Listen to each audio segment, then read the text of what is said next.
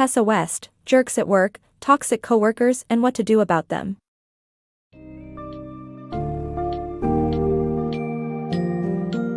Our workplaces are often full of interesting personalities, but some individuals can create obstacles and frustrations for their colleagues.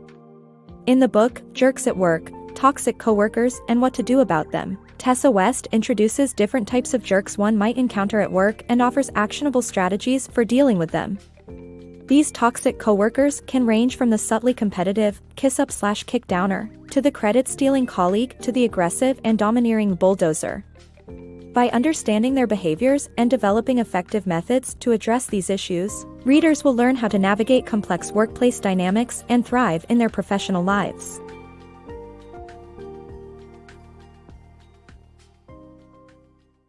Dealing with workplace jerks.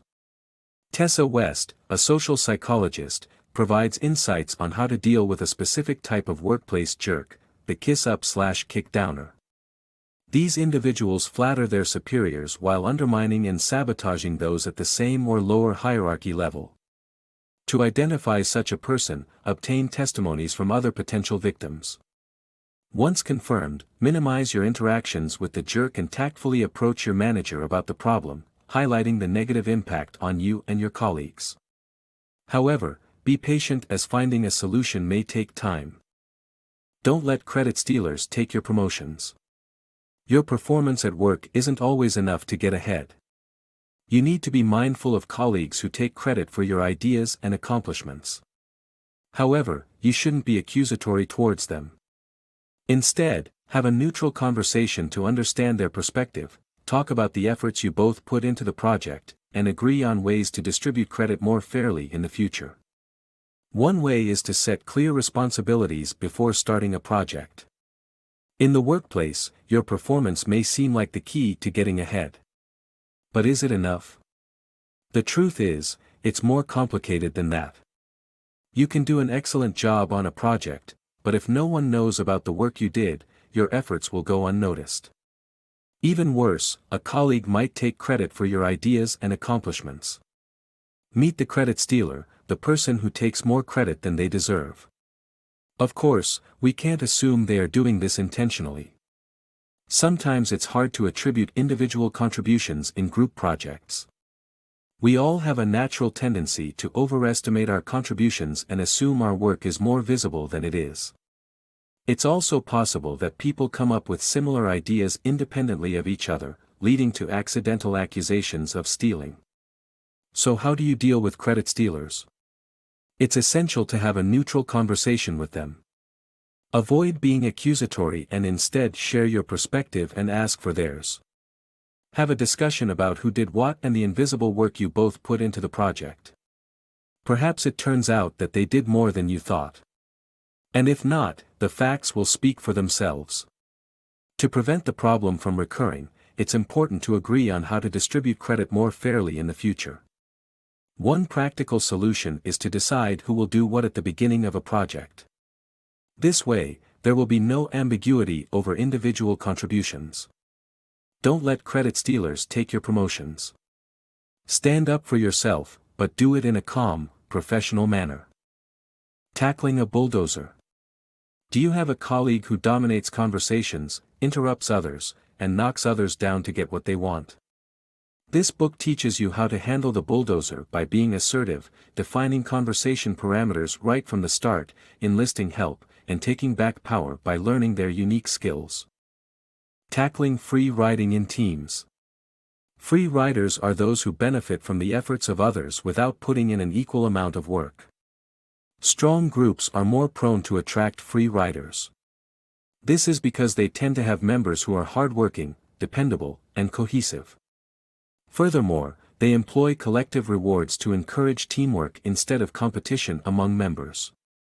To prevent free riding, teams must keep track of each member's work and distribute tasks more fairly. They can also reward individual performance in addition to collective accomplishments. Overcoming micromanagement.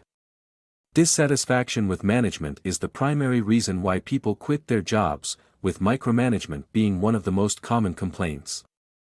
To address this issue, it is essential to zoom out from the little details and establish the bigger picture by discussing the team's significant goals and expectations.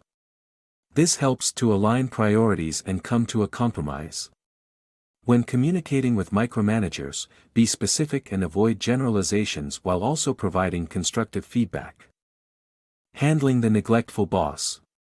A boss who stays out of your way can seem like a dream come true, but the neglectful boss can become overly hands-on at the worst possible moment, leaving you feeling anxious and exhausted.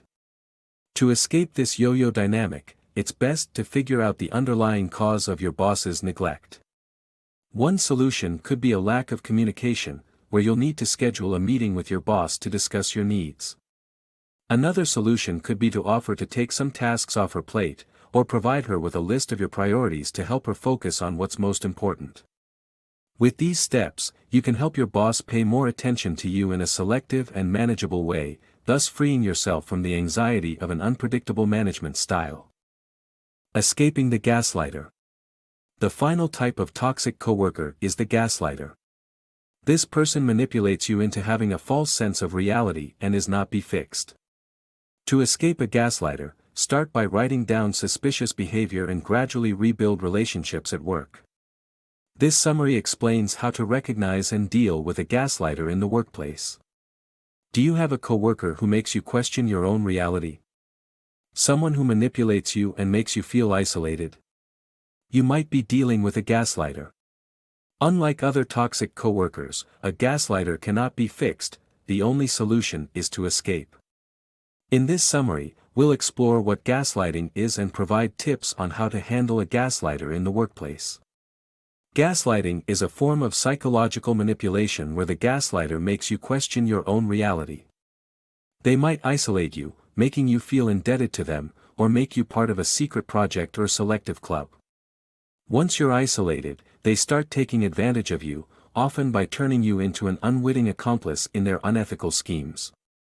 The first step to dealing with a gaslighter is to recognize them.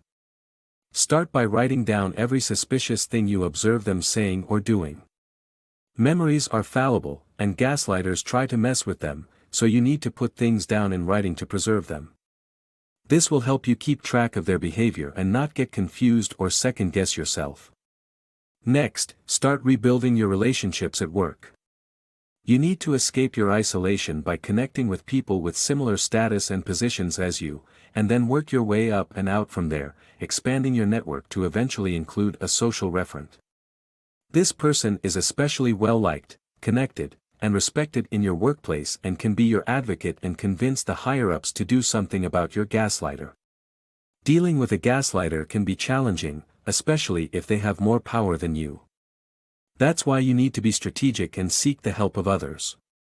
Remember, you cannot fix a gaslighter, all you can do is escape them. By recognizing their behavior, writing things down, and gradually rebuilding your relationships, you can protect yourself from their manipulations and create a healthier work environment.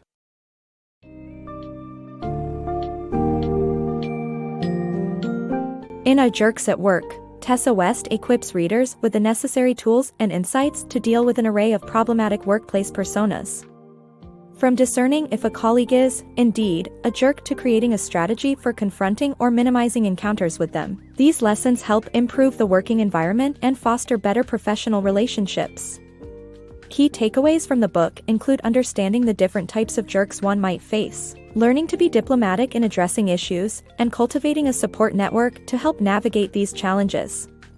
By applying these lessons, readers will find themselves better equipped to identify, understand, and manage toxic coworkers, ultimately leading to a healthier and more productive workplace.